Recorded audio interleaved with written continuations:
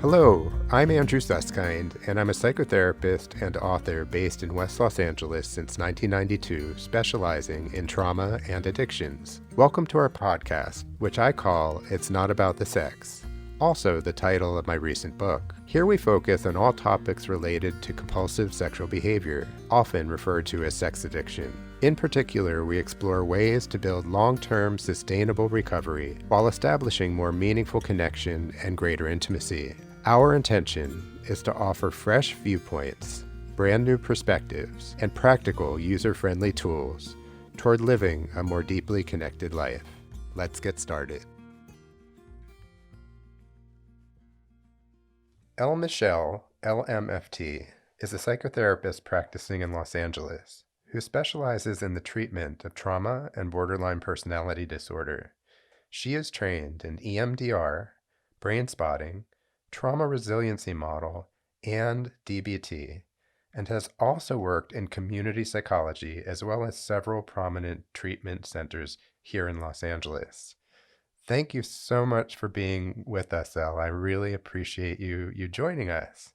Oh yeah, it's great to be here, Andrew. Thanks for having me. Yeah, and one thing that I am very excited about is that we haven't talked about DBT, or Dialectical Behavior Therapy, here on the podcast. And that's going to be the main focus of today's podcast, Yeah, is DBT skills for recovery from addiction and trauma. So I'm just so glad to have you here today.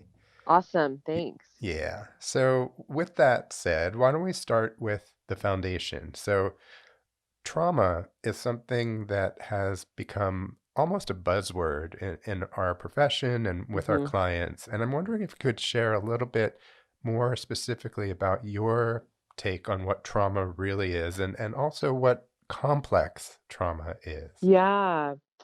Yeah. Trauma, I see trauma as basically any event that is disturbing, overwhelming, threatening. And then one interesting thing about trauma is that two different people can go through the same event that is considered to be traumatic, but one person can walk away with that having symptoms of post traumatic stress disorder, meaning they have some really strong negative impact on their mental health from the trauma. And the other person can walk away without those symptoms. And that depends a lot upon, each individual person's um, brain chemistry and actually whether they have a history prior to that event of having been through other traumatic events and kind of their vulnerability to being impacted by trauma. Um, so with trauma, it's not even so much about the specific event, it's about really how your brain and your body processes the event. Hmm. Um, so a lot of different things can be considered traumatic. We have, one way of thinking about it is kind of big T trauma and little t trauma. So big T trauma is like shock trauma, like one really bad event, like maybe a really dangerous car accident or a plane crash or the sudden death of someone close to you. Hmm. Um, Whereas little t trauma is speaks to kind of events that taken individually might not be so severe, but these events tend to happen multiple times over months or years. Their effects tend to be cumulative. So this could be like bullying or neglect, emotional or physical neglect from a parent. Well, physical neglect would probably be more in the big T trauma category, but Hmm. having a parent or a caregiver who's not really emotionally attuned, who's not really emotionally available, um, that going on over time can have some pretty serious effects for people. Right. And if I can add, what you're sharing, and I think everything you're saying is so important for our listeners to hear, is that oftentimes trauma is based on events that are just too much to process at the time. Right. Right. And that's when it gets stored in the brain, and when the body shows symptoms oftentimes, right? And Right. yeah, and so part of what we're talking about really is the brain body connection. and how vulnerable we are as human beings, right? Right, totally. Yeah. And So there, go ahead, please. so any event that really overwhelms our nervous system Right. ends up being stored in our brain as trauma Mm-hmm. and our Mm-hmm. body. Exactly. So there's this other term that has come up called complex trauma, and I'm wondering Right. if you could share a little bit more about that. Yeah, so complex trauma is basically just a way of distinguishing between someone who's experienced maybe one big T trauma, like one really strong traumatic event, versus with complex trauma, it's basically more complex. So we're talking about um, trauma that occurred typically during somebody's early childhood, during key developmental periods in their life when um, their identity was really forming.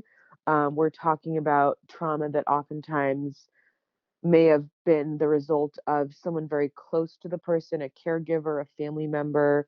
Um, and we're talking about events and experiences that are repetitive, prolonged, and cumulative. So this could be Hmm. like childhood abuse that went on over months or years. This could be severe bullying. This could be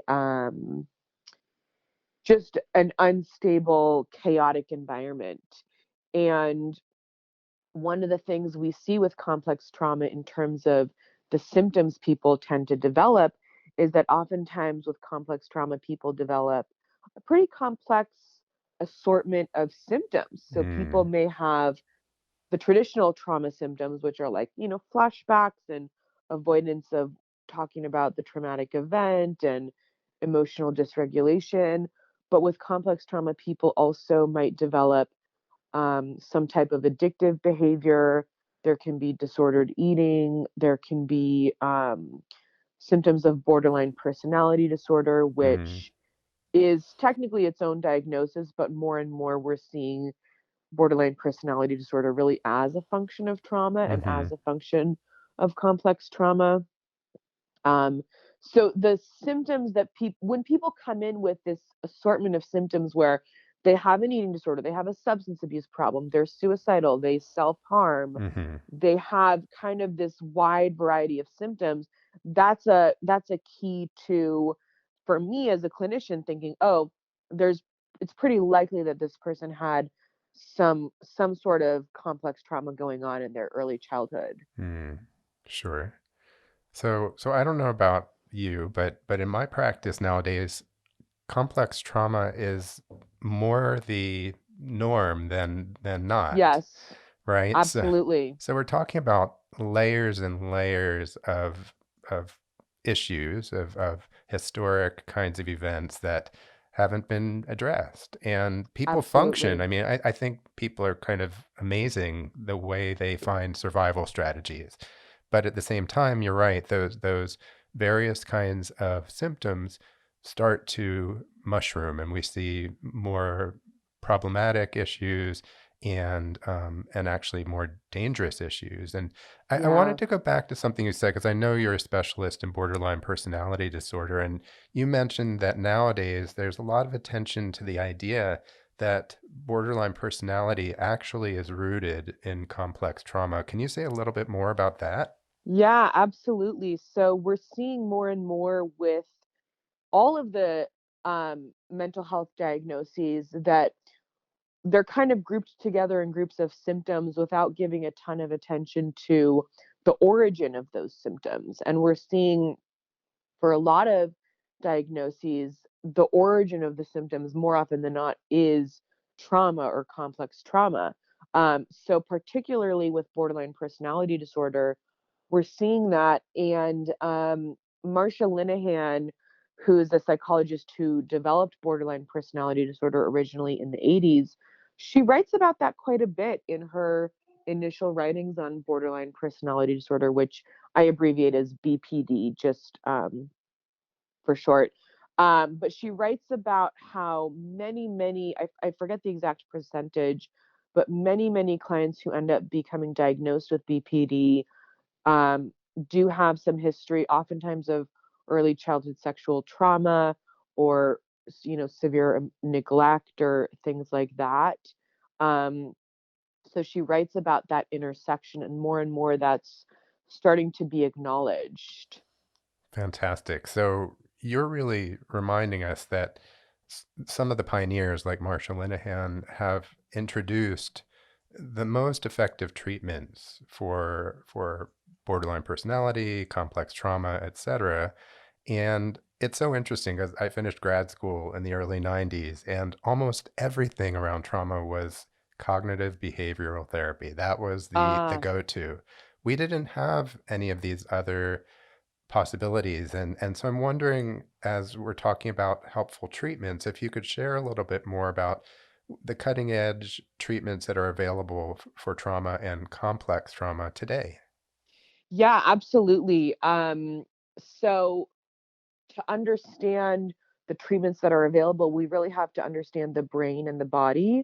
And the brain has multiple parts, but for simplicity, we'll divide it into the neocortex, which is kind of behind the forehead, which does reason and logic and language, and the subcortex, which is everything else, which is where our emotions happen and our memories and our physiological responses. And then, of course, there's the body, which is our breathing, our heart rate, our digestion. So, the more we understand about trauma, we understand that trauma is stored in the body and in the brain in ways that go a lot deeper than just the neocortex. So, somebody can intellectually understand, I'm safe, I'm not in danger, but the lower part of the brain, the subcortex, can still be sending really strong signals to the person telling them that they are in fact in danger. So this is where there's this kind of internal disconnect. So in order to address that, traditional cognitive behavior therapy really just addresses the neocortex, the logic, the language, the kind of rational part of the brain. So, some other modalities that have been developed to address kind of the whole body system with trauma are EMDR, brain spotting, and somatic experiencing. And I'm trained in EMDR and brain spotting. I'm trained in trauma resiliency model, which is based on somatic experiencing. So there's some overlap there. But basically, these three modalities really address the physiological aspects of how trauma is stored in the brain and in the body. Brain spotting and EMDR use what's called bilateral stimulation, Hmm. which is basically just tapping or stimulating each side of the body back and forth. There's something kind of magical about bilateral stimulation that we found that really helps change the way trauma is stored in the brain. And then, of course, DBT is not traditionally seen as a modality for trauma, but it can be really helpful. There's some aspects of DBT that can be really helpful for helping trauma survivors, particularly people who've been through complex trauma. Hmm. Right. And we're going to get back to DBT in just a moment. But what I wanted to share with you is I'm so impressed that you have trained in all of these different modalities, because most of these modalities were not even around in the early 90s.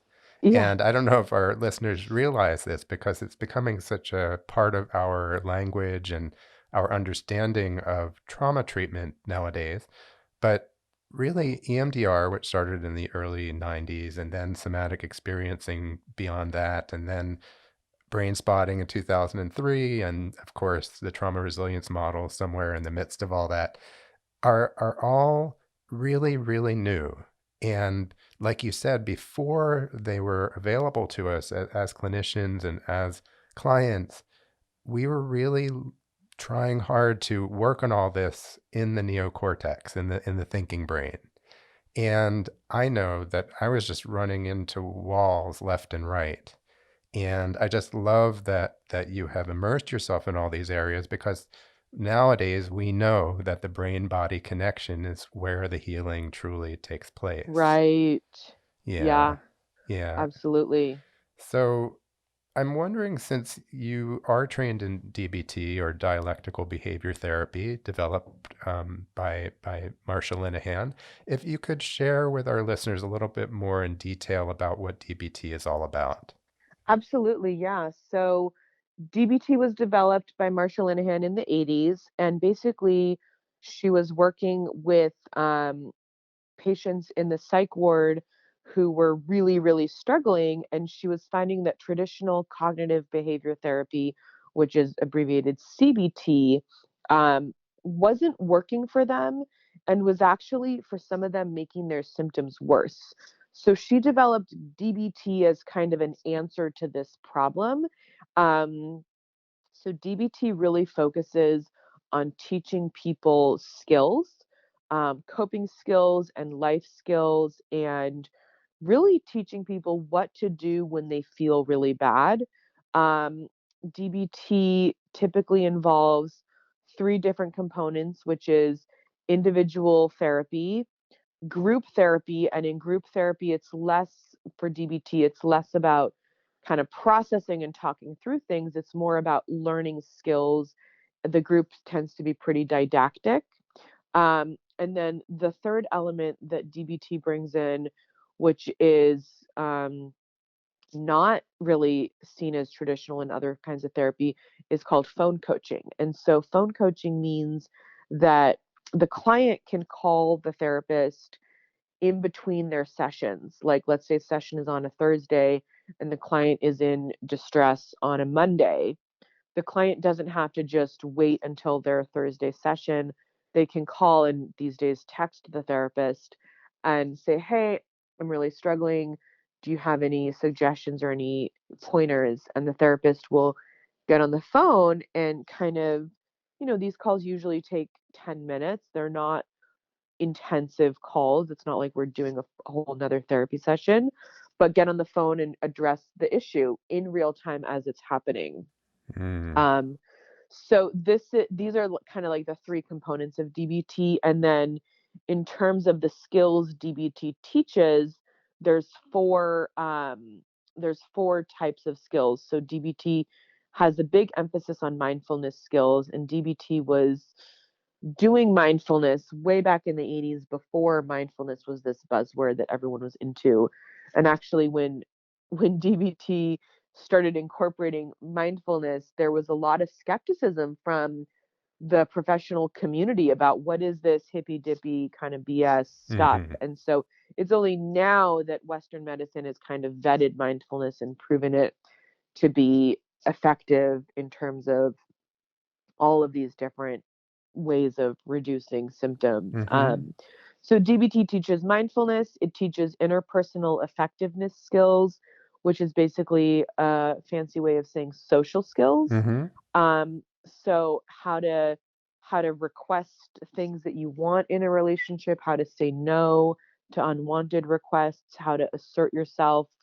DBT teaches emotion regulation skills, which I feel like is kind of a fancy way of just saying how to feel better, Mm. how to feel better when you're not feeling great. And then the last component DBT teaches is distress tolerance skills.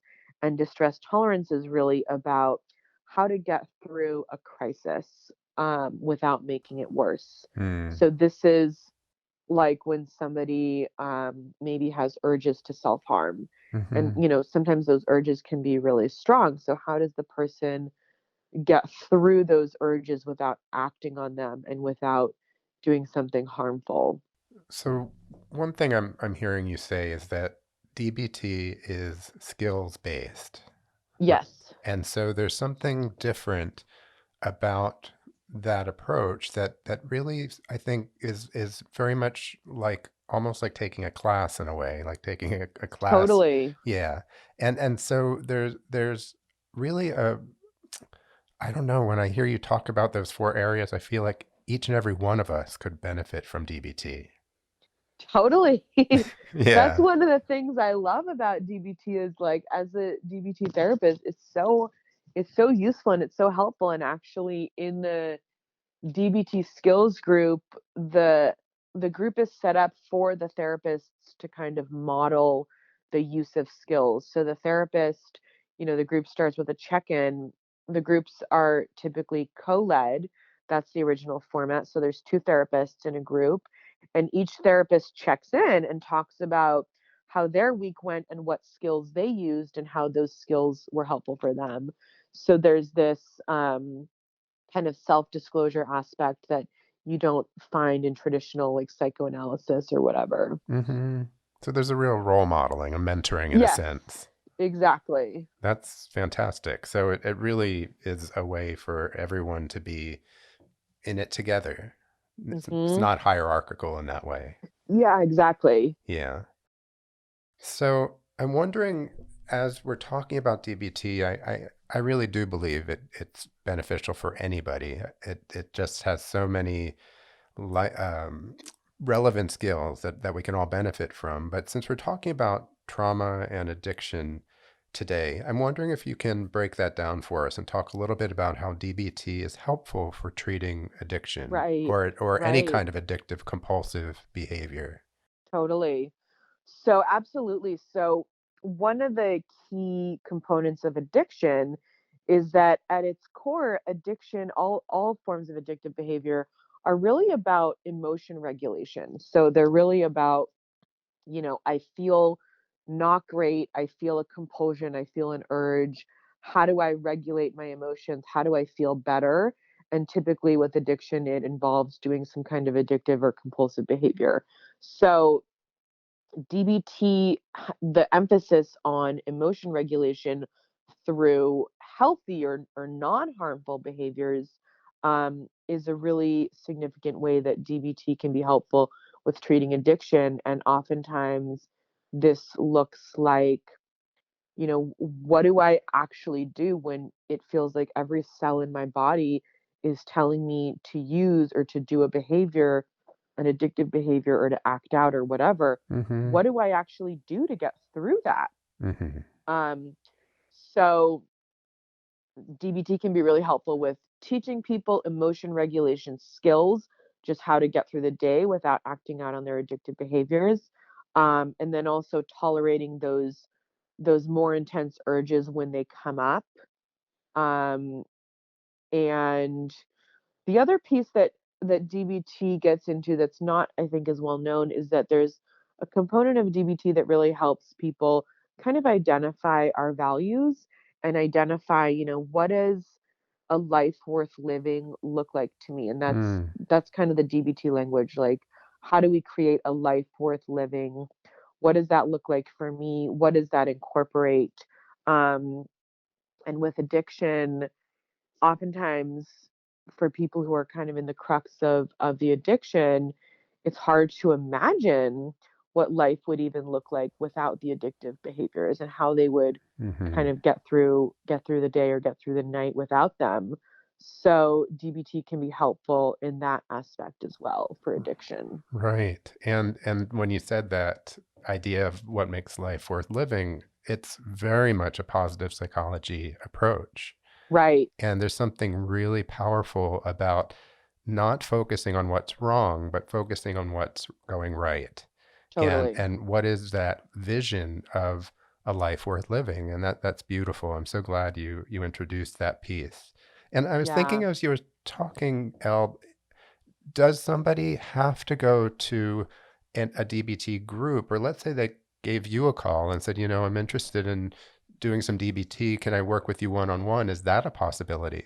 Absolutely, yes. So there's comprehensive DBT and then there's DBT Informed, and it's kind of a spectrum. So comprehensive DBT is when someone is doing DBT individual and DBT group and DBT phone coaching and kind of like the whole shebang.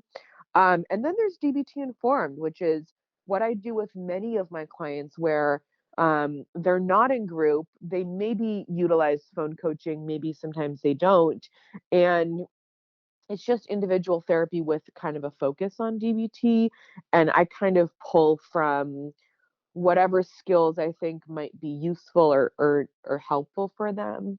And then we might throw in some EMDR in there also, or some brain spotting in there also. So we can really pull from a variety of different approaches.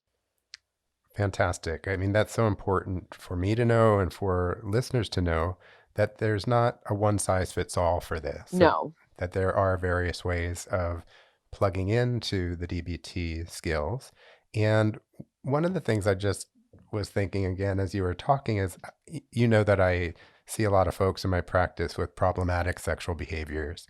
And I thought about DBT at times. It crosses my mind.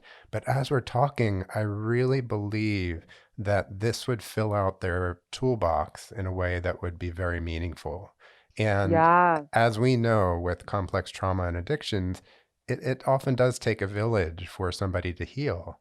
Yeah. And so I'm just very enthusiastic as we're talking about the possibility of having some folks either find their way to you collaboratively or to move their support in your direction, or to colleagues, because these skills are really foundational to deeper healing, in addition, of course, um, to the brain body work that, of course, is so Absolutely. important. Yeah.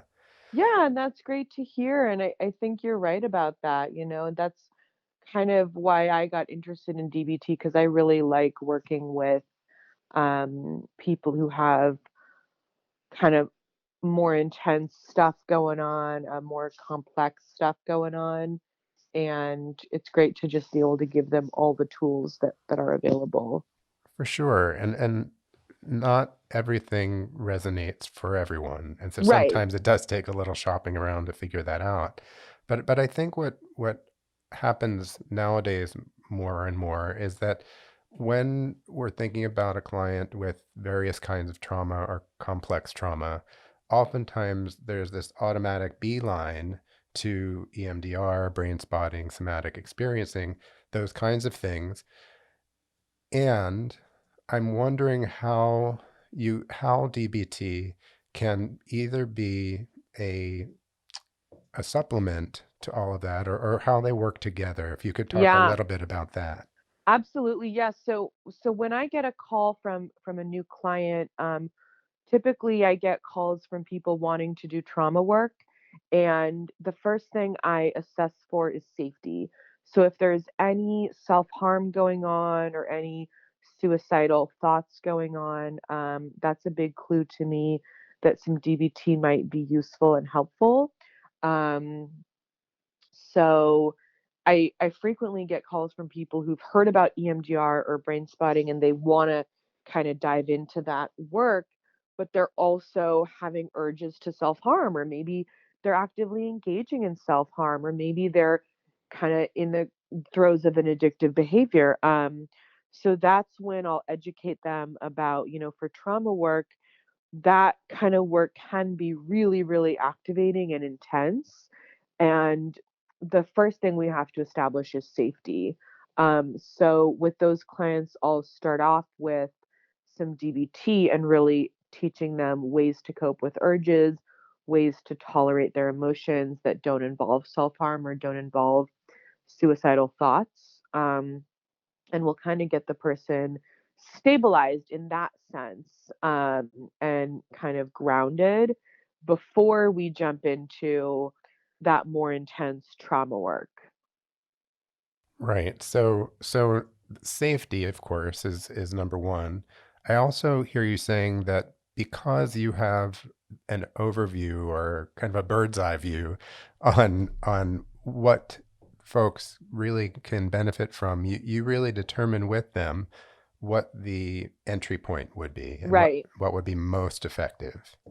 right, Yeah, and that's something that not all clinicians have in their clinical belt. So I just wanted to say that I think that's a fantastic way of looking at things: is how are we going to keep people safe, and then what would make sense? What would be the best priority to right, start the healing process? Is that right? right. Absolutely, yeah. Yeah. So one of the things I'm wondering, just in general, as we're talking today, Elle, is what brought you into this particular kind of work? And if you could share just a little bit about what makes this particular focus of complex trauma treatment, DBT treatment, something that you have chosen to specialize in. Yeah, it's funny because I kind of joke that, I have alcoholism in my family Mm-hmm. and mental illness in my family and a lot of recovery in my family as well. But I'm very, very comfortable with people who present with some of the more intense symptoms that might scare away other clinicians. Mm-hmm. So it doesn't phase me in that sense. Um, I feel like I'm right at home. Right, exactly. uh, so, and I've also, I'm also in recovery and I have been in therapy on and off throughout my life, and I have benefited tremendously from EMDR and brain spotting and DBT. And so, being on the other side of the couch, being the client with those modalities, and just seeing like how powerful they are and how life changing they are, really is what motivated me to say, I want to do this. I want to help people in these ways. No, thank you for sharing that. And I can echo all of those sentiments that sometimes we can only tolerate the kinds of clients that we have had our own experiences with. Right. And that's the good news, and it's also the growing edge Right. for you and for me.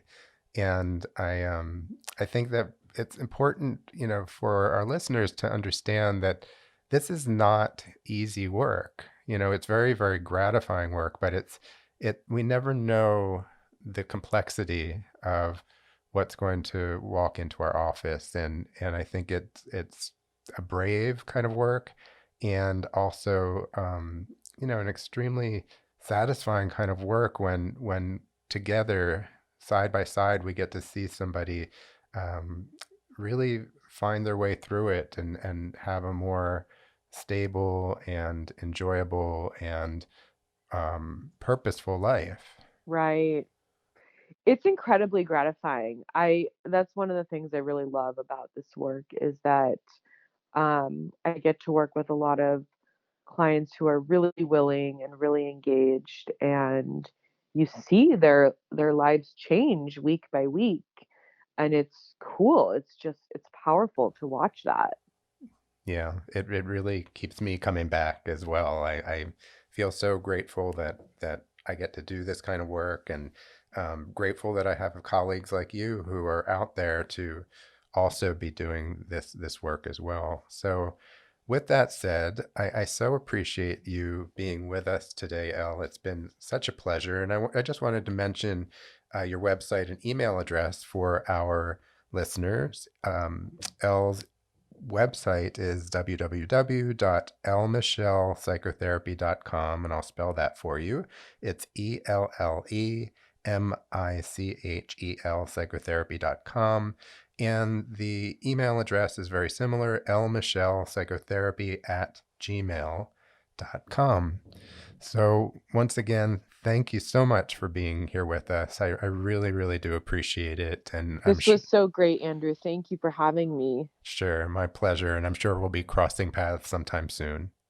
Awesome. I love it. All right. Take good care. Okay, you too. Uh-huh. Bye. Bye-bye.